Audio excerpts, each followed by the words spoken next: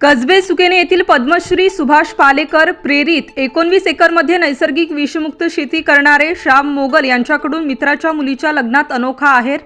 नुकतेच श्री बालाजी लॉन्स गंगापूर नाशिक येथे पार पडलेल्या कसबे सुकेने येथील प्रतिष्ठित शेतकरी श्याम चिमणराव काठे यांची कन्या ऋतुजा व द्वारका नाशिक येथील प्रतिष्ठित हिरामण फकीरा काश्मीरे यांचा मुलगा प्रसाद यांच्या लग्न सोहळ्यात एक अनोखा आहेर देण्यात आला।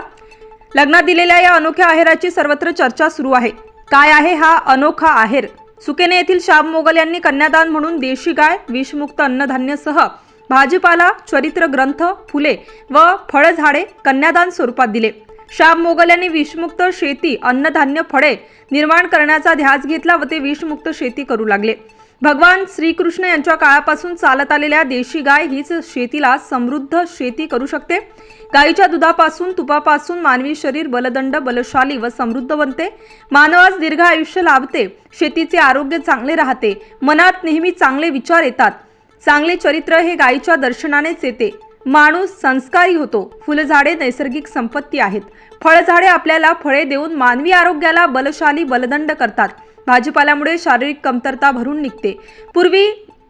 पूर्वीच्या काळी आजी आणि आजोबा यांचा मृत्यू 90 ते 105व्या वर्षी नैसर्गिक पद्धतीने व्हायचा। आता दूषित अन्नामुळे अकाली मृत्यूचे प्रमाण आज वाढले आहे आणि यामुळेच विषमुक्त शेती आजची काळाची गरज बनली आहे। माळी समाजात हजारो लग्न सोहळे झाले, त्यात प्रथमच अशा पद्धतीचा अनोख्या जीवनाला दिशा देणारा दैदिप्यमान विवाह सोहळा मोठ्या थाटामाटात पार पडला।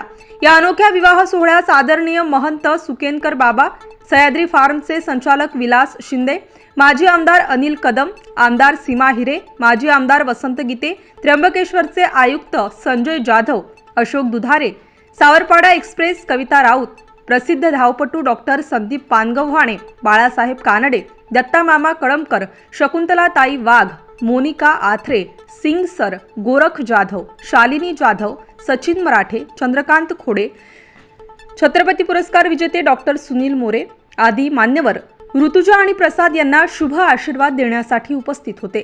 या सर्वांचा काठे आणि काश्मीरे परिवाराच्या वतीने यथोचित सत्कार करण्यात आला। या अनोख्या विवाह सोहळ्यास पंचक्रोशीतील हजारो नागरिक, माता भगिनी उपस्थित होते।